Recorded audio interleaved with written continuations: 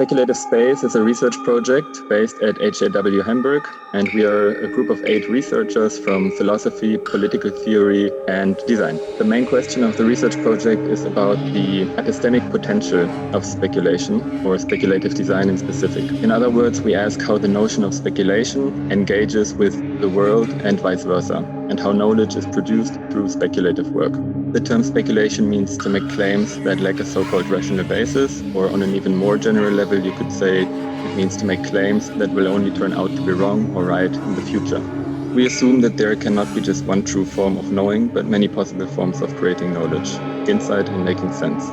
So for us, speculative design derives from a critical examination of social relationships, social conditions, and gaps, and works with fictional and non-fictional narratives to make them visible and or break them up.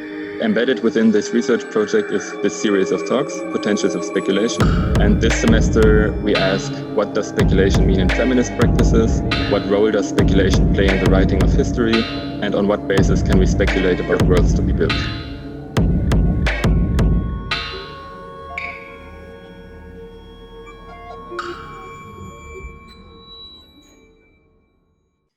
And from here, I move over to our guest, Patricia Reed. Patricia Reed is an artist and writer, and she lives and works in Berlin. You have various teaching positions, and you have and had at universities and schools in Europe, Canada, the US, and Russia. And you have been publishing in a variety of publishing houses, journals, blogs, and magazines. Just to name a few, eFlux Journal, Sternberg Press, Verso, and also Stryker Mag. And I believe you have been a visiting lecturer at Stryker Institute in the past. You're also part of the techno-material feminist collective Laboria Cubonics, who published the Xenofeminist Manifesto back in 2015. And I personally encountered your writings first, finally through the postscript you wrote for Markus Miessen's book, Crossbenching, which was entitled Constructing Assemblies for Alienation, published by Sternberg Press and in German by Merve in 2016. And already within this text, I think you made a difference also between like what is and what can be or what could be. I read the German edition, I don't know what the original translation was. And also, I mean, the way you looked at models as something to look at the world differently was something that stuck with me. So I would also like to recommend newer writings where newer writings of you where I find your way of reframing or opening up to the complexities of this world, and where you're developing new modes of navigation and approaching the what you call planetary scale. I find that very important in contemporary art design, but also political discourse. And today you will, I think you will talk also about some of these things, but also, lucky for us, focusing on the term speculation. So your claim is that speculation is a movement of non-adaptation from given frames of reference. And the agency of speculation is not just about projecting a future, but the construction of new problem spaces. Speculation demands looking at the relation between possibility on the one side and actuality on the other side. And we will look at the productive friction. Friction, I think, is another important term in your writing, between possibility and actuality through the idea of realizable possibility. And that's it from me. I'm happy that you're here, and I give the mic to you. All right. Well, thank you so much, Torben and Tom, for the kind invitation to be with you today. I'm kind of excited about sharing some of these thoughts with people from like design, architecture, maybe art backgrounds, because initially I've been having this idea about non-adaptive artifacts, and was supposed to do a workshop last year with some students in Den Haag. And then a little virus came, and so all that got canceled. And I was really hoping to test these ideas in the field or something. So hopefully it will be interesting. And thanks to everyone who is online for enduring more screen time. Yay. So the title of my talk is on non-adaptation and realizability. So I'd like to focus on the relation between speculation and world building. by looking at what the agency of speculation is and how we figure the agents of speculation within these kind of planetary conditions that Torben was mentioning earlier. And just to, to say, when you mentioned that in that text from a while ago, working on the problem of the difference between what is and what could be, it's such a huge question that's going to be really coming up quite a bit still. Either I'm just really slow, or it's a huge question and there's so many ways to tackle it. So what the conditions of planetarity compel, among other things, is a revisioning of how we locate and understand human practical agency, which since the beginning of Euromodernity and the Renaissance put forth a concept of the human that is, this masterfully rational creature, separate from the ground, and it thereby created a world optimized in a kind of like Euro male likeness, and for its particular desires. So in such a framework, the earth and its contents are merely a kind of resource base for human projects, as if the only limitation upon the constructive capacities of the human is imagination alone, and reality is something that can be simply overcome. So I want to work a bit on that problem tonight.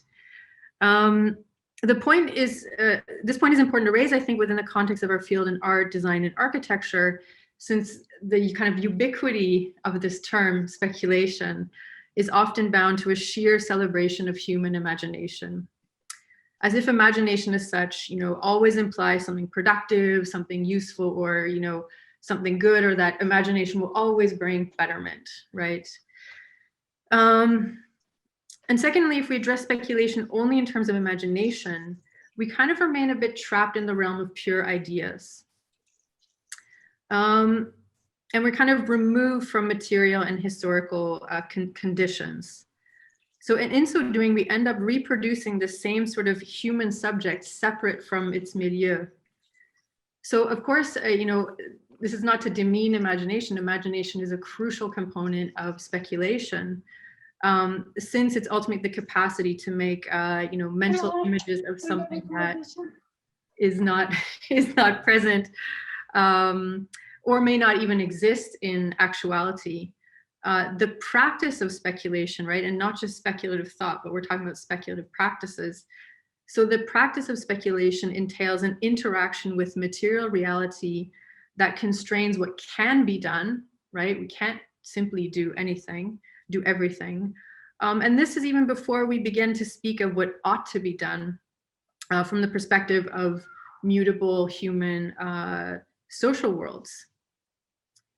So basically my critique is that in this like blind celebration of imagination, or by separating speculation from history and materiality, we end up sort of rehearsing the same human-centric world configuration that is now recognized as, hang on, how do I just, right. So we end up reproducing the same sort of human-centric world configuration that is now recognized as untenable and destructive. So part of the task I'd like to outline tonight is how speculation is to be understood when the human is no longer figured as separate from the ground, but rather an embedded entity in a complex world of ecological interdependencies.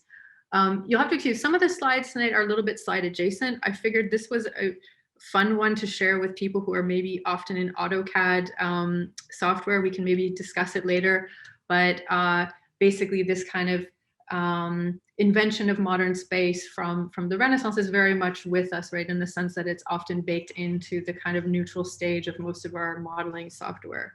So so this point, I think, just to kind of highlight, this point gestures to a broader problem behind these remarks, which concerns the question of worlding the planetary. While some humans have constructed and epistemologically identified a planetary dimension conditions, at the level of everyday social, economic, and geopolitical organization, we remain bound to the long history of a Euro-modern world. So just to be clear, Euromodernity is a term defined by Lewis Gordon. It's not reducible to European people, but it embodies a historical worldview that, quote, promoting the idea that the only way to legitimately belong to the present, and as a consequence, the future, is to be or to become European, end quote. So when I use the term world, it's meant to refer to practices of concrete inhabitation and how they get oriented. So just to emphasize, a world is a concrete site of activity that is shaped by particular worldviews, concepts, in our case, technological protocols, modes of recognition, as well as the organization of knowledge. So the configuration of worlds is the creation of a certain framing of reality, right? As my friend J.P. Caron says, there's no frame independent world, right, for humans. So basically what this does is it creates a certain perspective on the world's contents and the ways in which we relate to each other, including non-humans. So when we say that the planetary has not yet been worlded, it's to acknowledge the gap between knowing of something, right? So this is like the propositional type of knowledge. And this is like modeling a certain technical or epistemic condition. So there's a gap between knowing of something and knowing how to practice the consequences of that knowledge in concrete ways. So in this way, if we connect speculation to world making, it's not reducible to the invention of new gadgets, but about intervening upon the very frameworks that coordinate our relationship to reality, the ways we understand ourselves and practices of coexistence. So what I'm getting at is to point out that the stakes of speculation outlined here, they concern the construction of discontinuity from this world, right? Not discontinuity from the world, discontinuity from this world. So this is a difficult task, firstly, because of course we are habituated to think from within the configuration of this world. So even if we criticize it, even if we don't like it, even if we're morally opposed to it, we're still referring to it in a negative sense, right? We still haven't invented a new referential framework through which to kind of reestablish a relationship to reality. And secondly, because worlds persist by imparting a semblance of historical completeness or closure, creating regimes of perception bound to inevitability, right? And I think you see that kind of expression nowadays when, when you hear something like a complaint from a politician telling, a climate activist, oh, that's impossible, be realistic. I mean, in that relationship, it's actually the climate activist demanding radical change that is the most realistic, right? And I think that's actually maybe something that we can keep in our heads and tie back to that post-fact moment that you were talking about, because I think there is a really interesting claim to for the left to align itself more to this kind of realist thing, right? Because we're to argue for these things is actually completely rational, right? So basically when you're saying be realistic in a chastising way, you're kind of accepting certain coordinates of inevitability, right? That this is unchangeable. You're always going to have to that our world is structured through wage labor, et cetera, et cetera. It's just a kind of almost as if it's a fact of nature. So part of this speculative labor then is tied to detotalizing this given world condition and making its incompleteness tangible.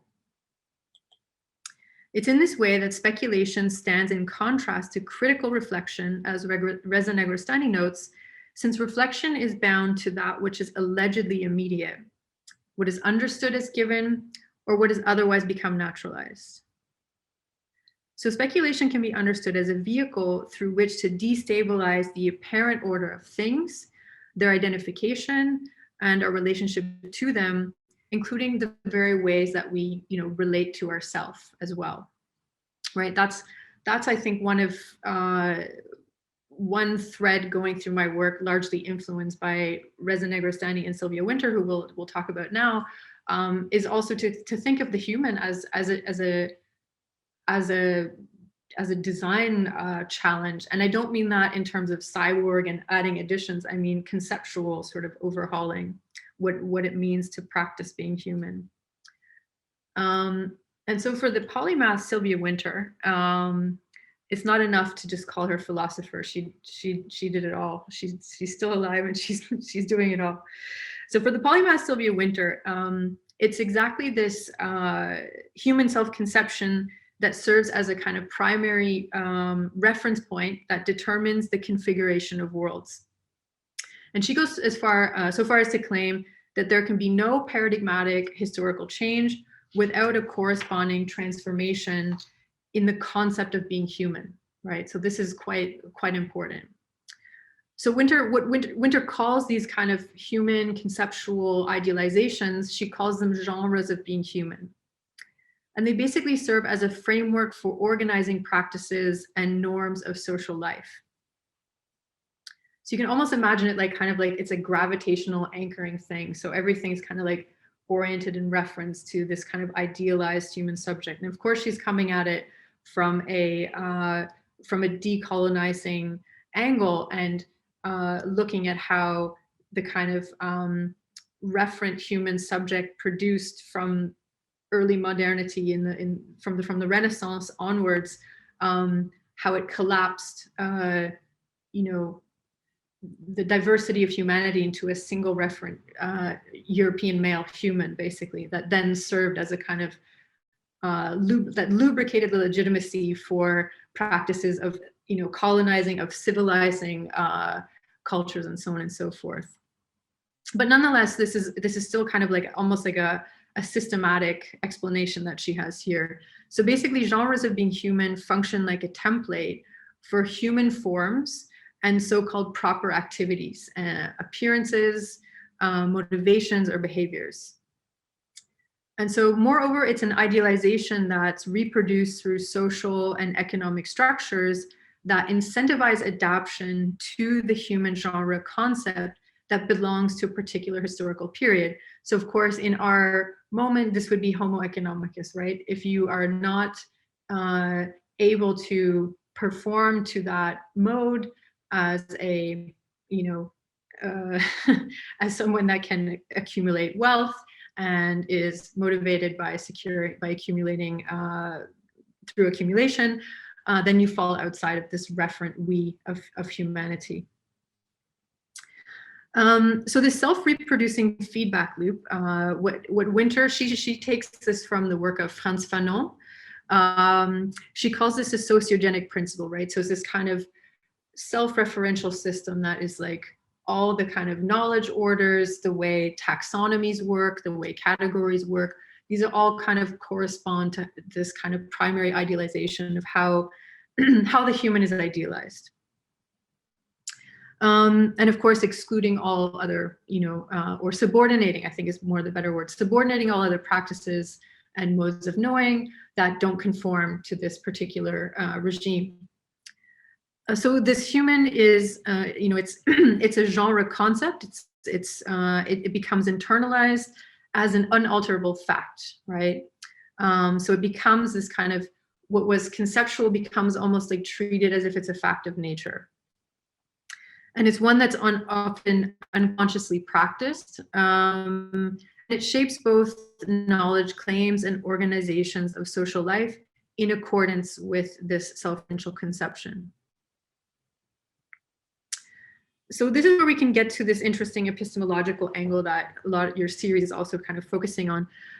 So because of these habituating forces of these frames of reference that structure a particular epoch of history, like a regionally specific and temporally specific epoch of history, Wynter highlights an important distinction between the production of adaptive truths that basically confirm the legitimacy of existing referential frameworks, right? It means that you're constantly producing truths that conform to or confirm the like root truth value of that system that you're in.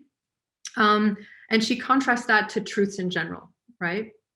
And because of this tendency towards adaptive truths, Winter, addresses the role that intellectuals often play in rehearsing and perpetuating these frames of reference that the structure the conditions of possibility or impossibility, inclusion and exclusion, right? What counts as something that's legitimate to study, what counts as a legitimate way to know, all of those sorts of things. So correspondingly, I don't think we artists or designers are immune to that, to those biases either. And so I think we need to consciously engage with those biases and assumptions, asking if they too do not fall into this kind of adaptive truth category as well, right? When we embark upon our own research. Are we doing research to confirm what we think we already know about reality, and thereby kind of producing these adaptive truths? Like, how do we negotiate that? So basically what this adaptive truth category does is it reinforces a given historical discursive configurations or disciplinary conventions, including what the human genre concept is, despite, semblances of being hypercritical or whatever new, shiny things may appear as a kind of like blinking instance of novelty, right? And I think this kind of adaptive truth problem is very, it's a difficult one and a really interesting one.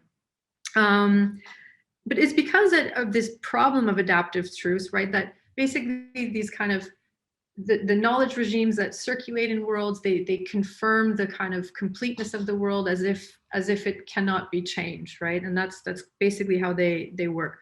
So they basically work to foreclose upon the capacity to speculate in substantially non-adaptive ways.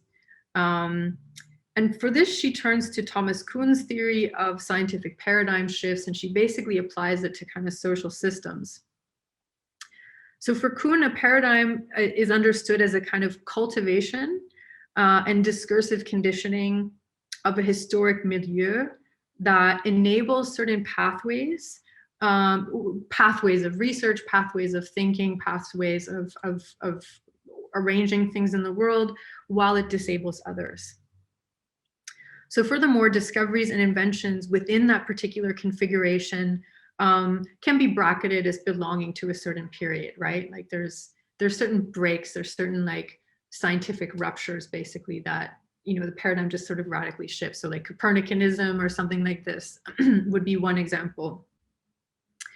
So as Kuhn wrote, quote, "One of the things a scientific community acquires with a paradigm," and this I'm going to emphasize, "is a criterion for choosing problems."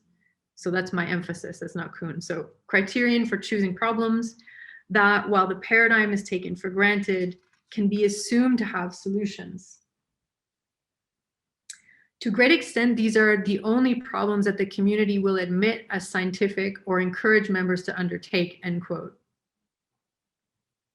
So additionally, Derek White adds, excuse me, quote, "Practitioners of scientific paradigms avoid, evade, and occasionally adjust to maintain normative status in the face of anomalies and crises.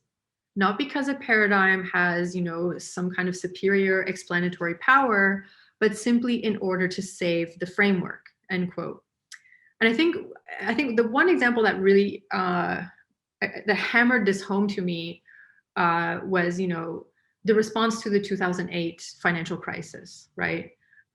You had a paradigm that absolutely failed, and what was the everything and the kitchen sink, as we say in English, was thrown at the problem in order to, keep the financial sector afloat and so on and so forth. So this is really where you get into this kind of irrational, you have like evidence that something's broken or dysfunctional, and you're so committed to the paradigm, or you have no sense of what to do outside of that framework, that you'll do everything to preserve it at whatever cost, right? And that was very costly. So despite the socially enforced maintenance of a paradigm, they do of course change, right? It doesn't stay forever. When there's enough insistence that anomalies and crises are better accounted for within another framework. But this transformation is entirely dependent on figuring new criteria for defining problems, right? I'm going to keep hammering that home. I know it's hard to pay attention online. So I think there's like two related critical insights to hold on to here with regards to speculation. So the first is, again, connected to the ability to redefine problems and problem spaces, right? And I think when we mention something like that, it already helps us get out of that like solutionist trap that plagues a lot of the design world, right? Like if people are super, that's the term that was infamously coined by Yevgeny Morozov. So if you have, and it's the solving of social problems through like technical means or something. So rather than reducing, people's workload and making life less stressful, you get a Fitbit to like, manage your stress levels or something like trivial like this. So this is, again, reiterate. So the ability to redefine problems and problem spaces, which to my mind, call forth the need to develop corresponding methodologies for those new problem spaces and new types of questions we want to ask. And second, what we may consider to be a kind of speculative disposition as a kind of openness to forming new commitments based on the informational exposure brought about by the redefinition of those problems. So those two kind of go hand in hand, right? And again, this is kind of in order to try to avoid some of the negative things that Kuhn was describing, right? That you'll ignore the crises or ignore the anomalies just in order to preserve the normative status of a discipline or a field of research. So there has to be a sort of willingness to, not willy-nilly, but a willingness to kind of follow through on the commitments when these disturbances arise. And I thought it was also kind of relevant to bring in the concept of disciplinary decadence by Lewis Gordon, who we mentioned earlier, with regards to how working in particular fields calibrates not just what we think, but how we think as well. So Gordon warns against a withdrawal from reality, right? And that's, again, he warns against a withdrawal from reality. We were talking about that at the outset of the problem of holding speculation away from reality, right? Just in this kind of imaginary sphere. So I really appreciate that Gordon is warning us against withdrawing from reality. And this happens when discipline turns totally inwards and they fail to recognize their limits, at which point the self-inflated discipline is more preoccupied with conserving its rules and methods. So like any other field, design, art, architecture, we're not immune to such disciplinary decadence, as I'm sure we've all experienced in our times, and nor is transdisciplinarity. It's not just that you can throw the term transdisciplinary at this and expect it to remedy. That's not enough. So understood this way, adaptive truths or adaptive knowledges in the name of this disciplinary decadence can be grasped as a sort of withdrawal from reality, right? You're not allowing yourself to be taken by these new findings, let's say. And of course, reality is always bigger than any discipline, and Gordon kind of hammers that home. So these kind of disciplinary decadences kind of exist like micro worlds by applying and reapplying the sanctioned methods and canonical references belonging to a discipline.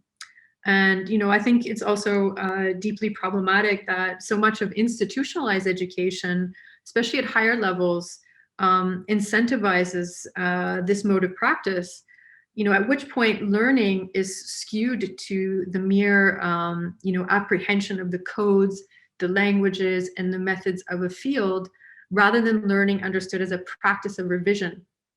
And where the revisability of referential frameworks is codependent on the revisability of method. So worlds that engender adaptive truths, driven by disciplinary decadence, they run the serious risk of dogmatism, which was one of the sort of questions guiding this broader series. So they run the risk of dogmatism, where a once useful yet always partial discipline can just kind of like devour itself into irrelevance. So, and no discipline is we're all susceptible to that. So we need to be willing to do those revisions. I think at this point, it's worth sort of emphasizing how this connects to the first part of the title of this talk. So that is non-adaptation. So we've been talking a lot about the negative side of constantly adapting one's research, one's ideas, one's behavior to this kind of, is not arbitrary, but it's a naturalized norm, let's say. What is the relationship between non-adaptation in relation to world making? So here we can see that by rehearsing the discursive conventions or adhering to the same frameworks for defining problems, or by simply rehashing the same methodologies, worldly paradigms persist.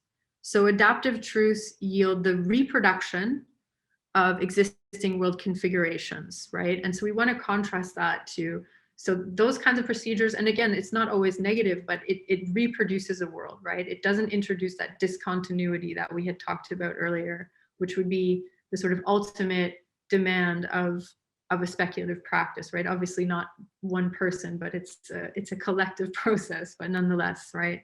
So this would be a difference between merely reproducing a world versus constructing another world. So non-adaptation, on the other hand, highlights the kind of plasticity of the human as a history-made creature. And Winter, Sylvia Winter again, she calls us homo narrans, right? Narrative human, homo narrans. So homo narrans highlights that we're not only biological beings, but of course semantic creatures as well, right? We enter into a deeply encoded environment. And it's not that she's pitting one over the other. She's really interested in how these two work together, right? How when you enter an encoded environment, how that impacts, more than just your, how it imprints your brain's chemistry and all this sorts of things. She's truly a very early transdisciplinary thinker, like when no one was doing this, in the 60s, 70s. So she looks at, like I said, she looks at how these two forces work upon one another, the bios and mythos, or the bios and logoi. So basically, non-adaptation names the conceptual, narrative, and material refusal of a certain worldly configuration. And it's a move that also implies the collective agency to problematize the apparent givenness of what it means to be human. And that's in all of our myriad relationships, right? So this is like one of the key insights she has with regards to the work, very influenced by the work of Frantz Fanon. So she says, he problematizes the human, and that's one of the radical gestures. So something you take for granted is not the case. So the second part of the title, realizability, is what we also have to consider, right? We were just, saying about the human can be this plastic, kind of self-creating, self-defining creature, right? So we're celebrating, we're talking about it on that side. That's the ability to not adapt. But the second part, realizability, is the awakening of reality, let's say, or the insertion of reality into that picture. And I should point out that the slide that is showing now was co-made with a friend and colleague, Neil Bawakavia, for an article that we co-wrote together. And he's coming from a, let's say, computational, mathematical, artistic background. So I just have to give some credits, because this is not some of those terms are still very vague to me, but so basically the second part of this title, realizability, is what we have to consider with regards to world making, because we want to keep in mind, of course, the fatal hubris of this disembedded human in deploying a sheer imagination, as if reality doesn't matter, as if we just project infinitely imagination onto the world and it will be fine. and you know, and without treating reality as just kind of subordinate to our whims. So as theorist Anil Bawakavia notes, realizability offers a materialist conception of truth. So akin to a program that can execute certain functions, realizability pertains to manners of doing. So while that delusion, you know, delusional narrations may be possible at a purely imaginal level, like we could say, oh, all humans ought to be unicorns or something like this. And it's not necessarily a negative thing, but they're not realizable at the level of practice. So the point I'm getting at with the idea of non-adaptation and realizability with regards to world making is to kind of advance a picture of speculation as a conceptual or, you know, imaginary material hybrid in order to make it concretely consequential, right? Because I think one thing I've been noticing in a lot of the design applications of speculation, it just feels a little trivial. So like it needs to get some teeth, let's say. And how are we doing for time? It's okay. Yeah, good. So with that in mind, it seems useful to kind of, I wanted to just like repeat a question that I found really provoking for me, and I thought has had a good relationship with this theme, like about some of the problems we're dealing with when we want to engage with speculative practices. And he posed this recently in a seminar, and it's, I mean, you can read it yourself, but it's how to liberate possibility from the prison of actuality without resorting to absolute transcendence. So Bressi is a philosopher, so we can put it in a little bit more straightforward terms. So the dilemma is basically, how do you invent possibility that isn't readily at hand or intelligible to us, like knowable to us, from within a given life world, and of course being enmeshed within its given referential frameworks, right, our habits. How do we do that without resorting to a kind of a godlike agent who can kind of omnipotently create anything without material limitation, right? Because in a way, you could say that the type of human we described really early on is kind of operating a bit like a godlike figure, in the sense of like, you know, the earth or reality is just there for your exploits, you transform it for your own desire, for your own image. That's kind of operating in a semi kind of godlike way, even though, of course, the claim at this moment was as a de-godding of Europe. It's maybe more of a replacement of God, micro gods amongst humans. So inherent to this problem is the friction between the kind of artificial plasticity of this human-made historical world, right, that are changeable. This is, of course, the homo neurans, and reality that operates independently from human perception and manipulation, even if it's affected and modified by it, as we directly experience with the climate crises, and not to mention the corona pandemic. Right, this is kind of like reality bites back. there's effects of these activities. So the crux of Brassi's question is how to learn how to witness realizable possibility that may be hidden, or it's kind of obfuscated by our existing habits of thought, reinforced by these adaptive practices, right? So basically, it's a problem of like the habituation of thought, the habituation of the way we frame problems. It will obscure the types of, you know, possibilities that may be that are active, or that are how would I say this, latent in the given world, that can be exploited, but we need to know how to witness them, right? It's not like those possibilities for world transformation are shouting loud and clear, and they often have to be constructed, right? I think that's the thing. It's not about waiting for something to reveal. This is a constructive project to do this.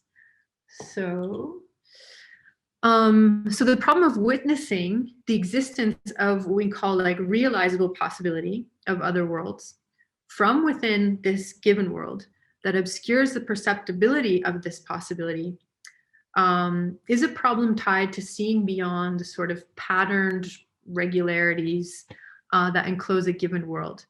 And for this, we can call this, maybe something like normalized possibility or anticipated possibility, right? So like one, just to bring it down to earth, this would be, like things change in a world, right? There is transformations in worlds. I mean, if I say that we're in the long Euro-modern period, obviously things have changed since these hundreds of years, but they change within parameters that don't disturb this kind of like underlying logics, let's say. So there's a degree of like permissible change, right? We can talk about it later, but I think there is also different types of futurity that belong to certain worlds as well. So maybe that's something, I don't want to get too off track, but it's just to say that this would be an example of like normalized or, normalized possibility.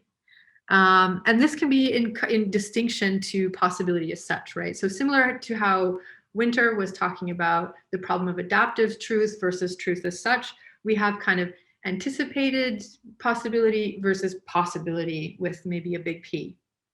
And so more concretely today, that can be translated as probability. And in today, this is, very much tied. And again, I'm not trying to demonize probability as such. It can be a useful thing. However, it's very much tied to this kind of hegemony of probability calculations that govern much of our techno-social reality today, right? We have tons of these examples of let's say, forecasting, of preemptive measures, notably in the criminal justice system, which is like really probably the most brutal.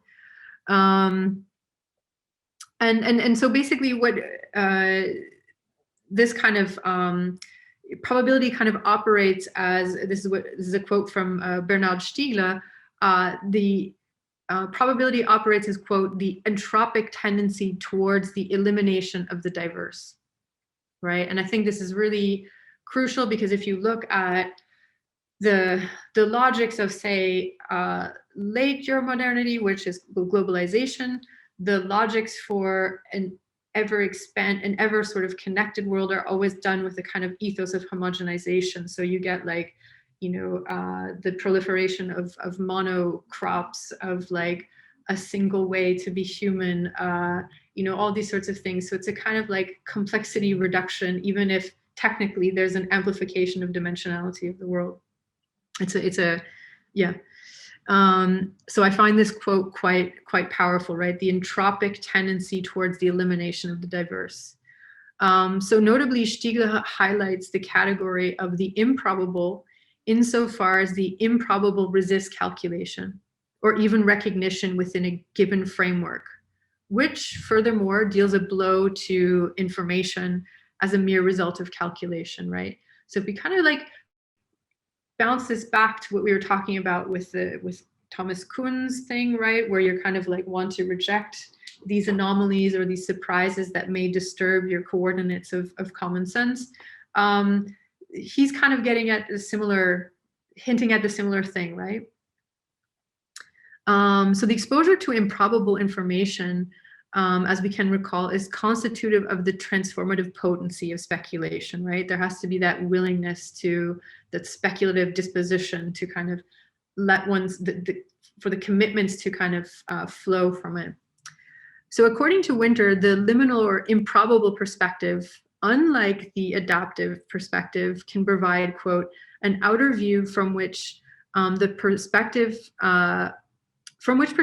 grammars of regularities, of boundary and structure maintaining discourses are perceivable, end quote. So just put it simply, because she can be a difficult writer, it's basically like she's saying these allow us to kind of see, to kind of sense the contour of an enclosure of a world, if you want to kind of imagine it diagrammatically, right? Whereas before you just imagine that that was it was complete, that was just how it is, right? So this kind of, it's rendering clear that this is in fact like contingent way. So this outer view, it's not a view from nowhere, but a comparative perspective that grapples with the double position. So it's one of structural implication, because we're discursively inside and therefore situated within these given configurations that can calculate probability, while we're making claims that are in excess, that introduce improbable systemic information that is incalculable within that configuration of possibility, right? So there's, again, that's, as Torben had mentioned, that theme of friction is quite important for me. So I'm really interested in the way those tensions help reveal, help us maybe access non-adaptive ideas, concepts, and so on.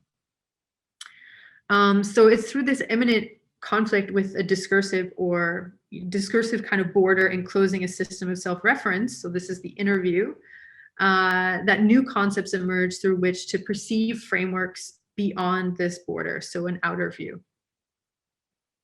So this procedure is not without risk, of course, since committing to a realizable possibility entails a demonstration that what is currently risked, namely, quote, self-identification within a given constitution, in the words of Negrestani, right? We have to risk that mode of self-identification, of knowing oneself, or for some of that's comforting, for some it's not. That this identification is not essential. It's not necessary. While risk-taking for improbable possibility emerges as necessary. So, yeah, okay. So this particular depiction of risk, as Negrestani notes, corresponds to witnessing the incompleteness of a world. In other words, recognizing the end of a world and not the end of the world, right? And I think we're seeing, there's incredible amount of literature from so many different theorists who I don't even think really read each other, coming to similar conclusions about this end of a world thesis, right? And it's not the Hollywood doomsday end of times at all. That's just an inflation of the end of that kind of hegemonic world, a conflation of that end with the end as such, right? This is not something to mourn over.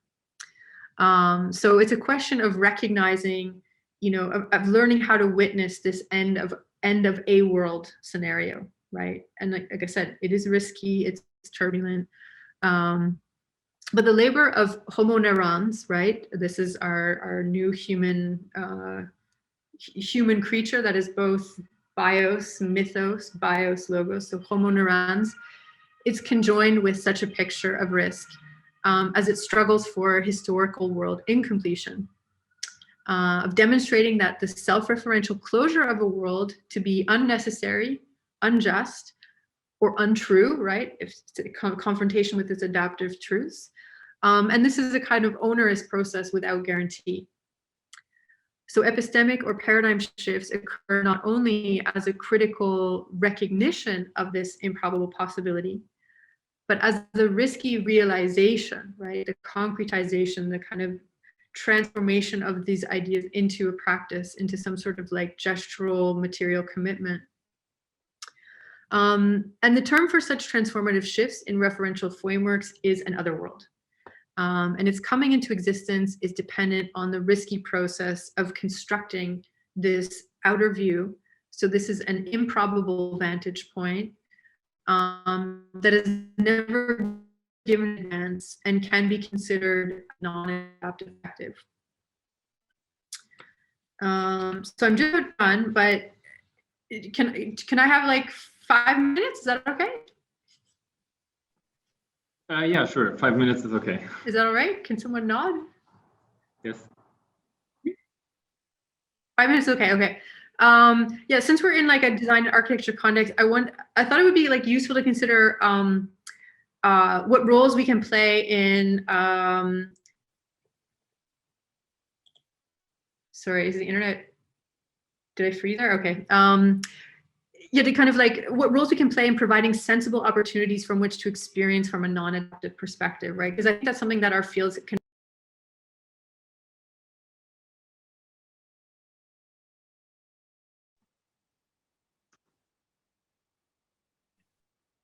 Ist Patricia bei euch auch rausgeflogen? Yep. Yep. Okay. Whoops. It just quit on me. But now you're back. Should we? Okay. Yeah. Was it really bad for the last while? Or it just was like quit? Yeah, You were just gone. Like. Okay. So let me quickly share screen and then I'll wrap up really fast and we can do some All right, chats yeah. together. Okay. I think it's this. Good. Okay. So just to kind of finish, yeah. So I'll just repeat that. Yeah. So I think like there is. I want to kind of question what practitioners, architects, designers, artists can do to kind of maybe start constructing some of these. Constructing around this kind of idea of constructing a non-adaptive perspective. Since they can be kind of committed to the interplay between conceptual non-adaptation and material realizability, right? So that's where these two, the conceptual and the material, kind of meet. They can be seen as kind of invitations to other worlds. So the one kind of thought experiment I have in mind, considering for us to consider, is to say that we participate in the making of artifacts, right? Artifacts aren't just things in a museum that are, old. We are also producing artifacts of our moment and so on. So seeing as artifacts give us historical clues about, how former and current worlds coexist within regional and epoch-specific frameworks. What would it entail to create artifacts from within the hypothetical frameworks of an other world that does not yet concretely exist, right? Like, what would it mean to? So it's almost like I think there's a lot to be said about like something like game design or game narration, where they really have to invent these entire parameters and then derive behaviors, whatever, that are logical to that world, right? So I think this approach seems like a kind of playful way to engage with the problem that, as Rocco Gangle has noted, that knowledge of generality doesn't affect us as powerfully as knowledge through singularity, and that such singularity must be instantiated directly in concrete relations, end quote. So in other words, again, returning to this problem of merely knowing about something or knowing of something doesn't directly equip us with tools and concepts of how to coexist in the consequences of that knowledge. So for this, I would like to maybe call them like something we can imagine as non-adaptive artifacts. So it's a problem of, so basically it's like, how do we make the realm of narrative consequence, right? When we have some kind of ideas or some kind of epistemological rupture, how do we narrate the consequences of that, as a fictional or speculative condition predicated on what could or what ought to be? How do we make that available to situated cognition in the here and now, right? So in other words, how can non-adaptive artifacts not only provide the conditions of interaction for consciousness raising, right? It's more than that, but but a way of making otherworldly remakings accessible to sense and thought, right? So the idea is, if you would reconfigure a world, you would maybe even reconfigure the coordination of experience, right? So what would it mean to produce objects from that hypothetical space? Maybe I'll stop now if it's good, because it's hard to pay attention. I will just shout out to Kojo Eshun's concept techniques, very useful idea for you to check out as well, because it's basically kind of, it fits into this paradigm where basically like artifacts are there's a kind of mutual relationship between human interaction and artifacts, so the two are mutually transformative and help change or instigate new relationships to reality. So a very helpful example. So I will stop sharing. Thank you very much. Thank you for your attention. Ooh, nice. Some emoji claps. Emoji claps. All right. Yeah, I mean, everyone will be able to ask questions. You can just like turn on your video and then maybe raise your hand, and you can also post questions in the chat. Maybe I'll start with a more or less, maybe it's kind of like a technical question, but I mean, I would be very interested in your use of diagrams. I mean, obviously they play a big role in your work, and maybe they also like are in between like theory and practice. Yeah, and then also like when I think of diagrams, they mostly try to like break down complexity, which yours probably also do, but at the same time they're still like super complex and complex. And yeah, maybe can you tell a bit of like how do you think with diagrams? Is it for communication and stuff like that? Yeah, I know. I mean, like I said, I'm a big fan of diagrams. It's often how I think. So, I mean, I don't do it on the computer, but like if I'm trying to work out an idea, there's all sorts of like connections and stuff like that. Obviously, what gets published is more sort of like worked out version of that. What I really love about diagrams is there's like a few things I really love about them. Is one explanation from Deleuze is to call them a prosthesis of thought, and it gives you the kind of like pronoia. I don't know if that's entirely true, that you have this kind of foresight, but you know, as you said, maybe rather than saying it's reducing complexity, I always think it's a kind of compression. So you know how like when you have a zip file or something, and you can take like a gigabyte and like bring it down to 200, so it's more easily transferable. I feel like diagrams are a bit similar, right? Obviously, if you read an entire essay, you'll get more substance or more depth. But if a diagram's successful, I think you can get the general picture maybe. And one fun exercise that I remember I was called to do, it wasn't even my idea, but I was called to do it in a class, was they just said, come to this class with your diagrams, no other preparation, and narrate them in front of the class. And I was just like, oh my God, like this is going to take 5 minutes. And then like, what am I going to do for this 8-hour seminar? And it was incredible how much you could unpack, especially when they became a tool of dialogue, which was much more than the text in the end, funnily enough. So I really, for me, they're that kind of compression device. And I feel like you can't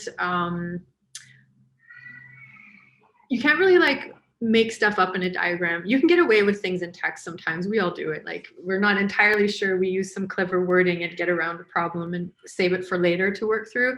I don't think you can do that in a diagram. I think it's transparent if you know what you're trying to say or not.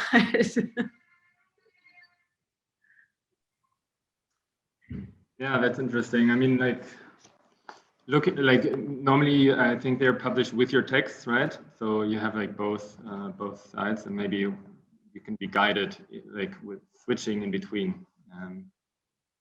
Yeah. Well, there's some diagram nerds too, so we gotta like stick together. Imagine, yeah. Yeah, we've also in our research project we've also like had some diagrams which were discussed, and like yeah.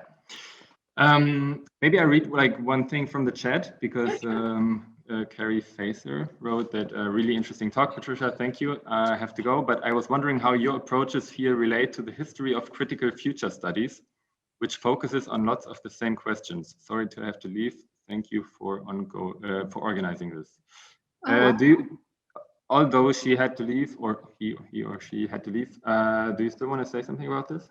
I would love to, but I'm afraid I'm completely ignorant about what critical future studies is. I've never heard it. I mean, I'm embarrassed. It sounds like something that I should know, but I don't. So it's too bad that Carrie isn't here to tell us what it is.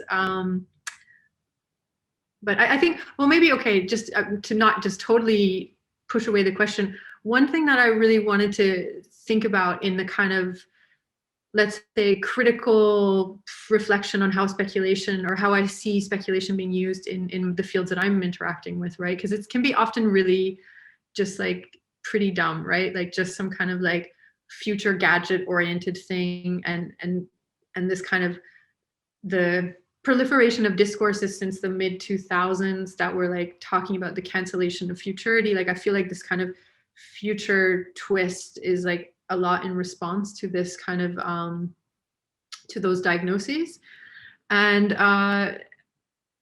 so it becomes kind of even hard sometimes to kind of defend like speculation, you know, when you're like, oh, I mean, it's just like, because you know what the reaction is going to be from your peers.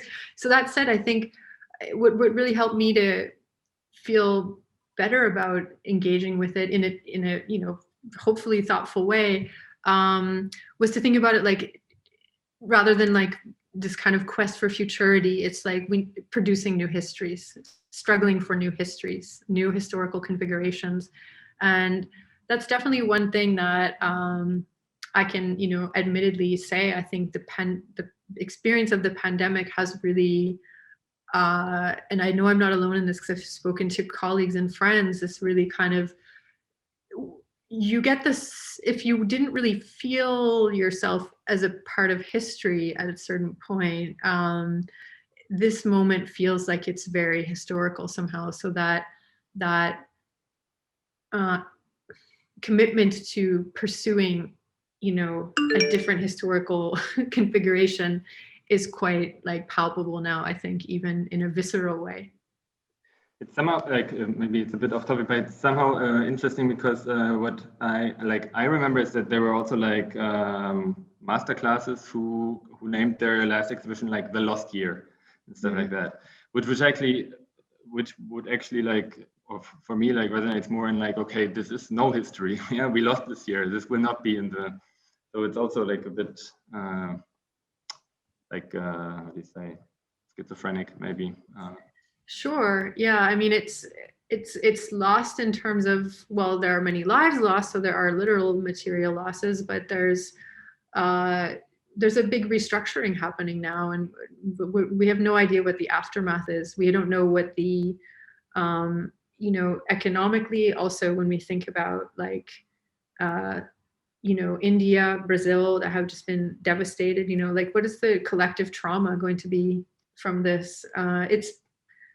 It's staggering. I mean, we're fortunate to be able to be bored in a room for a year, I think, in a way. When it's hard, but when you put it in perspective, then it, you know, that reality is also quite like, yeah, that's also quite brutal reality, the stratification. Are there any questions from the audience? You can also ask in German. We wanted to say that Patricia understands and speaks German.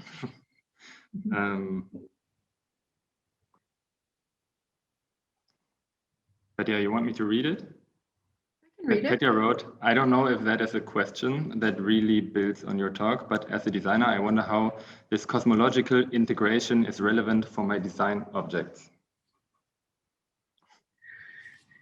Well, how cosmological, I would almost want to kind of like reverse the question though, in a way, and say like, how are your design objects relevant for this cosmological moment? And that's what I'm struggling with in my practice. I think a lot of the way that we've, you know, that we self-understand the legitimacy of our fields is we need to question this and not take it for granted.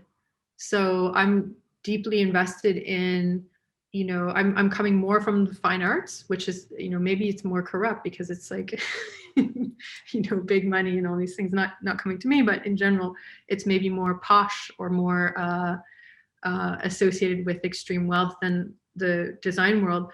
But nonetheless, yeah, it's like this kind of questions of like, you know, what is the relevancy of being a practicing artist in this moment?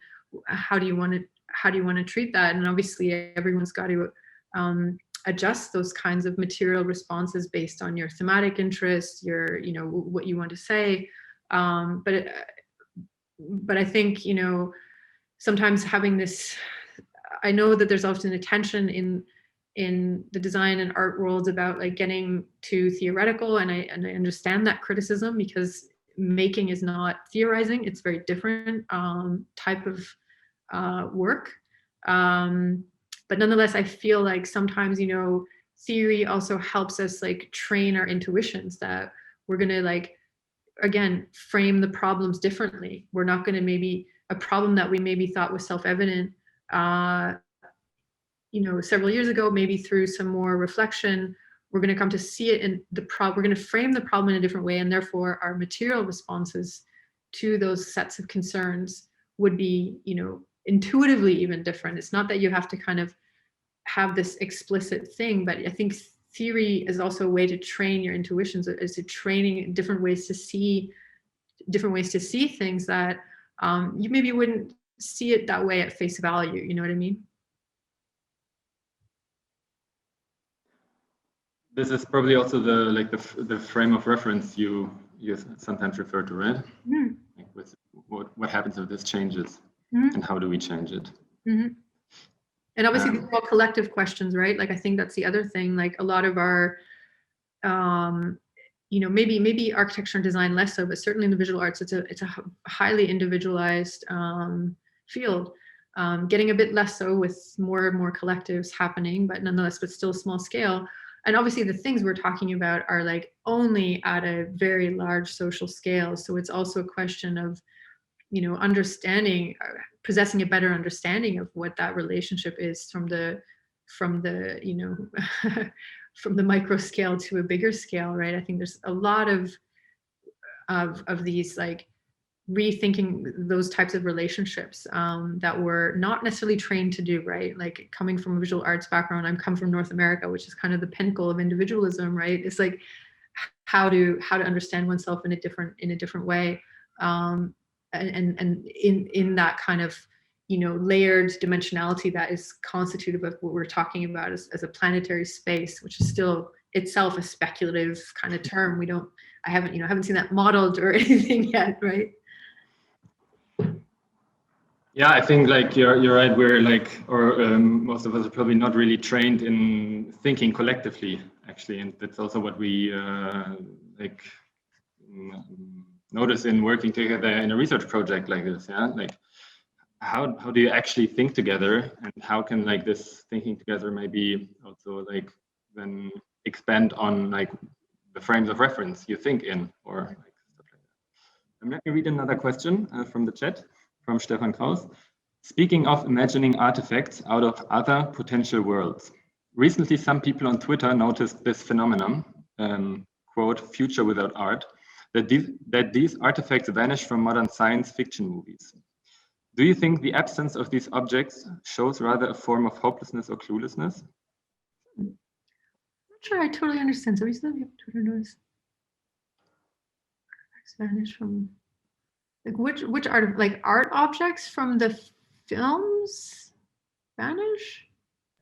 Yeah, I can try to elaborate. Yeah, thank you so much. Yeah.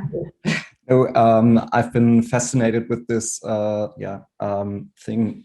These people notice that in modern science fiction productions, like a franchise where you usually have to imagine other worlds, and of course speculation is totally different than science fiction, but there are like no cultural objects anymore in the scenes, in the backgrounds, or even being used. So and I don't know if, yeah. You mean like they don't have like images on the wall, or like, you know, I'm giving stupid examples, but like, No. I mean, okay, I don't have them here either, but I have posters in front of me, like things like decor. Is that what you mean? Yeah, for example, but they also just tend to use like, only technological products. I mean, yeah, at this point you, I don't know, even the clothing of the people is sort of like, yeah, very technological, functional. I'm all for the one piece. I think that, but yeah, I haven't thought about it, because I mean the stuff that I was aware, I mean this is a bit nerdy, but like there's like all these sites where you know people have done the research of like all the interface design that is done for those films, you know, so it's just like maybe some of the ways that, I mean, I haven't taken note, and I don't watch too much science fiction, so I can't like comment on an on experiential level. But it's also like, when you say like, you know, where does the art manifest, you know, like there's also all of those like crazy console designs they have to come up with, and like I don't know, like the typography. There's like all these websites you can find where people collect all of those things. So it's not as if there's no it's not like there's no design. I mean, I think I understand what you're saying. It's like quite sterile, or like almost like a laboratory or something. Like people are like in these very clean one-piece outfits or something. Is that what you mean? Yeah, I think that that is what I meant. Yeah, I think the laboratory, aesthetic, takes over instead of like a environment which is made for humans in a way, like that is friendly to humans in our sense. Yeah, I mean, I don't know what to say. It's like it's interesting to see how people imagine futurity to be, and like also how banal and unchanged it is. You know, I keep you know, you think about all these examples, you'll go like so far in the future and you still have a nuclear family, you still have society organized with like husband and wife and children and whatever, and you're just like, oh my god, like haven't we figured out kinship configurations at this point? And like, haven't we redesigned, you know, the built environment to accommodate these like different, you know, multi-species, whatever. And so I think there's something kind of interesting to see these like hidden conservatisms in a lot of these films or scenarios, that they have a lot of the accessories that suggest futurity, and then it's like kind of like the same old conservatisms that are just like wrapped in a sterile environment or something. I don't know.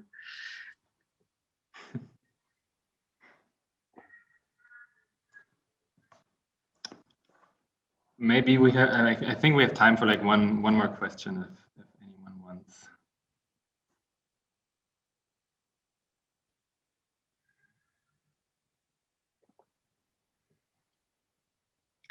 Everyone's had enough screen time.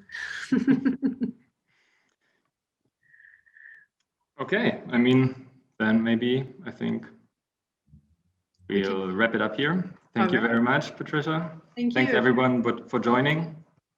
And yeah, take a look sometimes on our website to see about to see when the next sessions will be. Take care, everybody. Stay healthy and like keep spirits up.